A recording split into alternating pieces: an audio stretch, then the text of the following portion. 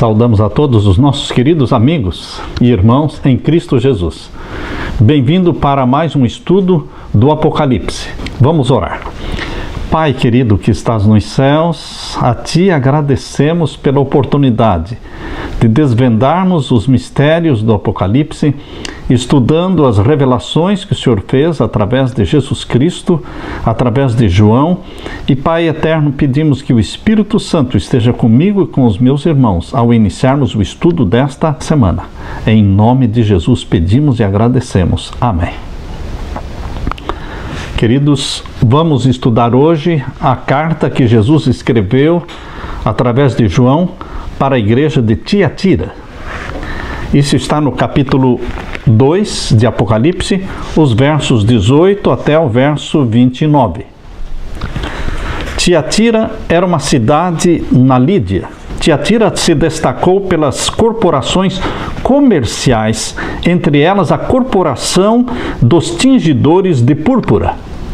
Você se lembra que em Atos capítulo 16 e o verso 14, aqui temos a experiência de Paulo na conversão de Lídia, a vendedora de púrpura da cidade de Tiatira. A cidade de Tiatira hoje está soterrada porque construíram uma outra cidade em cima dela, a cidade de Axar. O significado do nome Tiatira, sacrifício de contrição. A profecia de Tiatira introduz clara e objetivamente a fase da supremacia papal. O período anterior a Tiatira é Pérgamo, que foi de 313 a 538. Preparou o terreno para o surgimento do homem do pecado. Porque em Pérgamo foi feito o casamento da igreja cristã com a igreja pagã. Deste casamento entre paganismo e cristianismo nasceu um filho chamado na Bíblia de o filho do pecado, o homem do pecado. Isto está em 2ª carta de Paulo aos Tessalonicenses, capítulo 2, versos 3 e 4. Homem do pecado, filho da perdição, o qual se opõe e se levanta contra tudo o que se chama Deus, ou se adora, de sorte que se assentará como Deus no templo de Deus, querendo parecer Deus. Uma definição mais clara do que esta seria impossível, pois através do Espírito Santo, Paulo definiu objetivamente as pretensões reivindicadas pelo bispo de Roma ao se tornar cabeça do cristianismo. Queridos, só existe um poder na terra que se assenta no trono querendo parecer Deus, aceitando ser adorado, ousando a pretensão de perdoar pecados, mandar pessoas para o céu ou para o inferno. Enfim, queridos, existe somente um poder político-religioso que se enquadra dentro desta profecia. Os 1260 anos de perseguição aos santos do Altíssimo, esta perseguição mencionada em Daniel 7, 25, e mencionada também em Apocalipse 12, verso 6. Abra sua Bíblia em Apocalipse capítulo 12 e o verso 6. Apocalipse 12, verso 6, nós lemos: e a mulher fugiu para o deserto. A mulher em profecia é a igreja de Deus. Fugiu para o deserto, onde já tinha lugar preparado por Deus, para que ali fosse alimentada durante 1260 dias. Um dia em profecia equivale a um ano. Portanto, são 1260 anos. Esta profecia começou em 538, os 1260 anos iniciaram em 538, com a destruição dos ostrogodos, e se estendeu até 1798 com a prisão do Papa Pio VI, no dia 10 de fevereiro de 1798.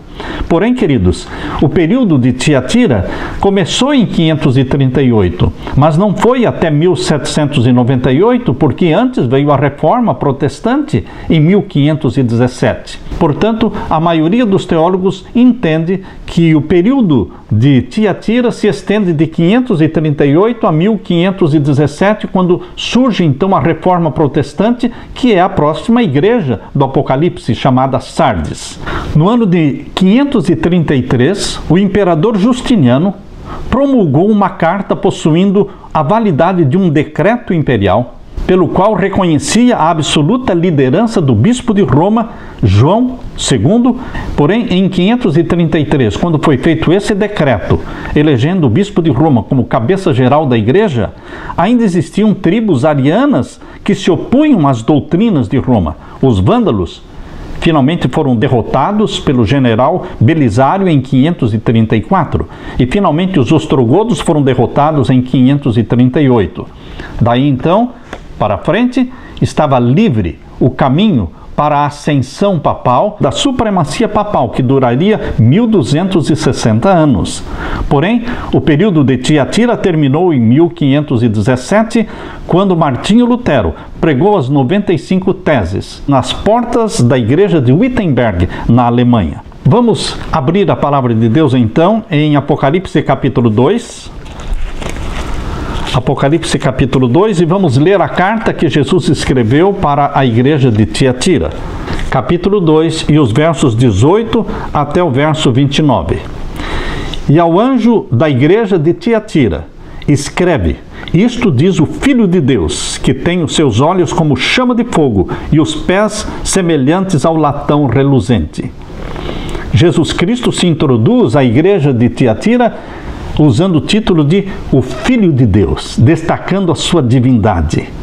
Queridos, já nos dias de João existiam aqueles que negavam a divindade de Jesus Cristo, mas Jesus Cristo é Filho do homem e Jesus Cristo é Filho de Deus, 100% homem, 100% Deus. Como Deus, ele sempre existiu, é eterno. Como homem, ele nasceu da Virgem Maria. Mas misteriosamente a natureza divina e a natureza humana estavam juntas na pessoa chamada Jesus Cristo. Misteriosamente. Este é o mistério da encarnação do nosso Senhor Jesus Cristo. Aqui diz que ele tem olhos como chama de fogo, olhos que penetram e leem os nossos pensamentos e discernem as nossas intenções. Diante de Jesus Cristo, nossa mente está aberta, o meu coração está aberto. Ele vê minhas intenções, entende os meus desejos. E os pés semelhantes ao latão reluzente. E o verso 19, eu conheço as tuas obras. Outra repetição desta frase peculiar de Jesus Cristo dizendo, eu sei tudo de você. Eu sei onde você mora, eu sei das tuas dificuldades, eu sei da tua fé, da tua paciência, do teu trabalho, da tua dedicação. E aqui no verso 19, Jesus diz, eu conheço as tuas obras e a tua caridade, o teu amor, o teu serviço. São elogios dados por Jesus Cristo aos cristãos sinceros que existiam no período de Tiatira. O período de Tiatira foi um período marcado por homens reformadores. Existe aqui na carta de Tiatira um elogio porque as primeiras obras, o primeiro amor deles cresceu em vez de diminuir. Diferente de Éfeso, que foi repreendida por Jesus, quando Jesus disse, eu tenho porém contra ti que perdeste o teu primeiro amor. Aqui na carta de Tiatira, Jesus diz que o primeiro amor nestes cristãos de Tiatira estava aumentando, crescendo em obras, em caridade, em serviço, em fé, e que as tuas últimas obras são mais do que as primeiras, bendito seja Deus, quando as nossas últimas obras são mais do que as primeiras.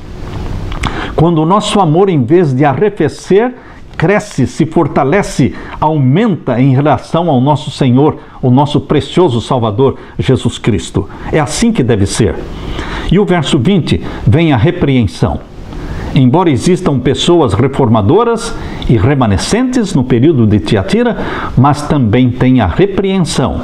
E o verso 20 diz, mas tenho porém contra ti, que toleras Jezabel, mulher que se diz profetiza, ensinar e enganar os meus servos para que se prostituam e comam dos sacrifícios da idolatria. Tenho, porém, contra ti que toleras Jezabel. Para entendermos esta profecia, temos que conhecer quem foi Jezabel. Literalmente, Jezabel era filha de Etbaal, rei dos Sidônios. Isso está em 1 Reis, capítulo 16, verso 31. Veja a tragédia. O rei Acabe, rei de Israel, se casou com a filha de Etbaal, rei dos Sidônios, um jugo desigual, uma rainha pagã casou-se com o rei Acabe de Israel, o rei do povo de Deus. Acabe era fraco em capacidade e em moral, e sua união por casamento com uma mulher idólatra, determinada, com um temperamento forte como era Jezabel, foi um desastre para o povo de Israel. Você está vendo o povo de Deus se casando com o paganismo, com a idolatria? Foi exatamente o que aconteceu no período de Pérgamo, quando o cristianismo se casou com o paganismo, e desta união nasceu o filho do pecado, o filho da perdição, o bispo de Roma, como o anticristo, se assentando no trono, querendo parecer Deus. Queridos, exatamente no período de Tiatira, Jezabel reinou. Jezabel é símbolo do papado. Jezabel, portanto, veio da casa de Baal para a casa de Deus. Mas o coração de Jezabel continuou sendo pagão. Pagã de coração, tornou-se rainha do povo de Israel. Como rainha, fez todos os esforços para seduzir os adoradores de Deus e estabelecer o culto a Baal, culto de adoração ao sol. Queridos, os profetas de Deus foram mortos à espada e pelo espaço de 3 anos e meio, literais, não choveu. A terra foi tomada pela fome. Abra sua Bíblia em Tiago capítulo 5 e o verso 17. Elias era homem sujeito às mesmas paixões que nós, e orando pediu que não chovesse. E por 3 anos e 6 meses não choveu sobre a terra. Não foram 3 anos e 8 meses, não foram 3 anos, não foram 4. Percebam que a Bíblia foi específica, por 3 anos e 6 meses. 1260 dias. Foi o período em que não houve chuva no tempo de Acabe e Jezabel. Naquele tempo, a chuva era um símbolo da bênção de Deus. É um símbolo da aprovação de Deus, a chuva. A ausência da chuva durante 3 anos e meio era uma evidência do desgosto de Deus, do desprazer de Deus em ver o seu povo sendo liderado por uma rainha pagã e idólatra, usada por Satanás, e um rei fraco, um rei frágil, se deixando mandar por Jezabel. Não podia existir um símbolo mais apropriado para o período de Tiatira, quando a igreja cristã se deixou liderar pelo bispo de Roma, o filho da perdição, o filho do pecado. O período de Tiatira, portanto, queridos, é a fase da supremacia papal de 1260 anos. No tempo do rei Acabe, a reforma e o reavivamento ocorreram através do profeta Elias, que começou desafiando os profetas de Baal no Monte Carmelo, 1 Reis, capítulo 18. O mesmo se deu com a igreja de Deus no período de Tiatira. Jezabel é o símbolo de Roma papal, a grande meretriz, que se diz profetiza. Roma papal trouxe consigo a violência, a perseguição e uma terrível escuridão moral. O período em que a meretriz Jezabel estiver assentada no trono corresponde ao período em que a igreja de Deus teve que fugir para o deserto. Profecia feita em Apocalipse 12, verso 6, onde Deus preparou um lugar para a sua igreja durante os 1260 dias proféticos. A mulher que fugiu para o deserto representa o povo de Deus, que permaneceu fiel nesse período de supremacia papal, por 3 anos e meio proféticos, ou 1260 anos, 538 a 1798. A verdade esteve pisada por terra, enquanto que na terra havia fome espiritual. Finalmente, veio a reforma. Assim como Elias no tempo de Acabe, assim também no tempo de Tiatira surgiu a luz da reforma protestante. Um exemplo de como a igreja pagã foi introduzida na igreja cristã é o Panteão de Roma. O Panteão de Roma foi reconsagrado para uso da igreja cristã de Roma. Mostra isso a origem e a natureza pagã de muitas das suas doutrinas. Este antigo templo, o Panteão, que está no centro de Roma, ainda existe e pode ser visitado pelos turistas. Ele foi construído por Marcos Agripa no ano 27 a.C. e consagrado a todos os deuses. O Papa Bonifácio IV, em 610 depois de Cristo, reconsagrou à bendita Virgem e a todos os santos. Daquele tempo em diante, os seguidores da fé católica passaram a se ajoelhar e adorar neste templo panteão diante das mesmas imagens e devotamente imploram e fazem orações às mesmas imagens de sempre. Obviamente, os nomes destas imagens foi mudado para nomes de personagens cristãos. Em Apocalipse 13, verso 5, diz que foi dada a besta que subiu do mar, que é o papado, foi-lhe dado uma boca para proferir grandes coisas e blasfêmias. Quais blasfêmias? A blasfêmia de que o Papa é o mediador entre Deus e os homens. A blasfêmia de que se pode confiar nas próprias obras para a expiação do pecado. A blasfêmia das longas peregrinações, dos atos de penitência, da adoração de relíquias, da construção de igrejas, de relicários e de altares, pagamento de grandes somas à igreja, generalizou-se a adoração às imagens, acendem-se velas perante imagens e orações são feitas às imagens. O erro da imortalidade natural da alma, a adoração da Virgem Maria, a heresia do tormento eterno, doutrinas das indulgências, santificação do domingo, a implantação do idolátrico sacrifício da missa. Queridos, todas estas doutrinas vieram do paganismo e foram introduzidas na igreja cristã no tempo de Tiatira. O meio-dia do papado foi a meia-noite do mundo, rebaixando Jesus para exaltar o Papa, rebaixando a Bíblia para exaltar a tradição. A mensagem da Igreja de Roma é: ouça a Igreja. Porém, queridos, a mensagem de Jesus é: quem tem ouvidos, ouça o que o Espírito Santo diz às igrejas. Portanto, queridos, Apocalipse 2, verso 20, a profecia: tenho contra ti que tolera Jezabel, é a admissão feita pelo cristianismo do bispo de Roma como cabeça geral da igreja. E o verso 21, e dei-lhe tempo para que se arrependesse da sua prostituição.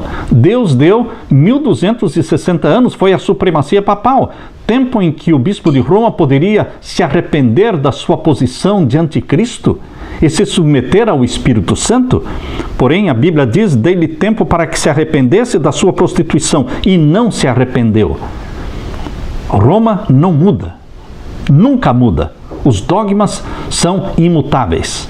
E o verso 22 diz: eis que porei numa cama, e sobre os que adulteram com ela virá grande tribulação, se não se arrependerem das suas obras. É exatamente o quadro que está em Apocalipse capítulo 17, é exatamente. A igreja de Roma se prostituiu com os reis da terra, com os governantes da terra, aceitando o paganismo. Apocalipse 2, verso 23. E ferirei de morte aos seus filhos, e todas as igrejas saberão que eu sou aquele que sonda os rins e os corações. E darei a cada um de vós segundo as vossas obras. E o verso 24, mas eu vos digo a vós e aos restantes que estão em Tiatira, a todos quantos não têm esta doutrina e não conheceram, como dizem, as profundezas de Satanás, que outra carga vos não porei. Deus tinha no período de Tiatira aqueles que eram chamados de reformadores. Queridos, os valdenses, seguidores de Pedro Valdo, os valdenses tinham a verdade incontaminada, declaravam ser a igreja de Roma a Babilônia apóstata do Apocalipse, rejeitavam o culto às imagens como idolatria e guardavam o sábado. As igrejas valdenses, em sua pureza e simplicidade, assemelhava-se à igreja dos tempos apostólicos. João Wycliffe, outro reformador do período de Tiatira. João Wycliffe, conhecido como a estrela da manhã da Reforma. A maior obra de João Wycliffe foi a tradução da Bíblia para a língua inglesa. Outro grande reformador do tempo de Tiatira, João Hus. João Hus foi condenado à fogueira. Quando João Hus estava amarrado ao poste, tudo pronto para acender o fogo, o mártir foi mais uma vez exortado a se salvar, a renunciar à sua fé. E João Hus disse: a que erros renunciarei eu? Não me julgo culpado de nenhum erro. Invoco a Deus para testemunhar que tudo que escrevi e preguei, assim foi feito com o fim de livrar almas do pecado e da perdição. E, portanto, alegremente confirmarei com meu sangue a verdade que escrevi e preguei. Quando as chamas começaram a envolver João Hus, ele se pôs a cantar: Jesus, filho de Davi, tem misericórdia de mim. E assim continuou, até que sua voz silenciou para sempre. Outros que foram perseguidos no período de Tiatira foram os albigenses, os huguenotes. Por isso, queridos, aqui no capítulo 2, verso 24, Deus diz: mas eu vos digo a vós, aos restantes que estão em Tiatira, a todos quantos não têm esta doutrina, pessoas que permaneceram fiéis, puros, o remanescente de Deus do tempo de Tiatira, formado pelos valdenses, por Wycliffe, por João Hus, por Jerônimo, por todos estes homens de Deus. O verso 25: mas o que tendes, retende-o até que eu venha. Mantenha esta doutrina da salvação pela fé em Jesus Cristo e unicamente pela fé em Jesus Cristo. E o verso 26, e ao que vencer e guardar até o fim as minhas obras, eu lhe darei poder sobre as nações. Neste mundo, os ímpios se mantêm no poder e os servos de Cristo são aparentemente de nenhum valor, perseguidos. Virá, porém, um momento em que a justiça estará em ascendência. As nações serão entregues pelo Pai às mãos de Jesus Cristo, a fim de serem regidas com vara de ferro e despedaçadas como um vaso de oleiro. E você e eu, o povo de Deus, associado a Cristo Jesus, em sua obra de poder e de julgamento, os cristãos reformadores do tempo de Tiatira, os cristãos remanescentes dos dias atuais, nos dias modernos, reinarão com ele nesta função por 1000 anos. Apocalipse 20, verso 4. Queridos, a promessa que Jesus deixa na igreja de Tiatira para você e para mim, verso 28, dar-lhe-ei a estrela da manhã. Quem é a estrela da manhã? É o próprio Jesus Cristo. Em Apocalipse capítulo 22, verso 16, Apocalipse capítulo 22 e o verso 16, nós lemos: eu, Jesus, enviei o meu anjo para vos testificar estas coisas nas igrejas. Eu sou a raiz e a geração de Davi, a resplandecente estrela da manhã. Quando Jesus promete aqui para os cristãos de Tiatira, no verso 28, eu lhes darei a estrela da manhã, Jesus está dizendo: eu sou a estrela da manhã. Eu estou me dando como presente a vocês. Meu querido irmão, o maior e mais precioso presente que Deus poderia dar é a estrela da manhã chamada Jesus Cristo. Ele se tornou homem, irmão nosso, salvador nosso, um conosco. Jesus Cristo foi nos dado como uma dádiva eterna, não por 33 anos, mas para sempre. Ele é o nosso Salvador, ele é membro da família humana, ele é o nosso presente. É o maior presente que o céu poderia dar. Eu lhes darei a estrela da manhã. Receba Jesus Cristo como seu presente, como seu Salvador. E Jesus termina a sua carta dizendo: quem tem ouvidos, ouça o que o Espírito Santo está dizendo às igrejas. Receba no seu coração a estrela da manhã, Jesus Cristo. Seja feliz, seja salvo. Desejo para você a paz de meu Senhor Jesus. Amém.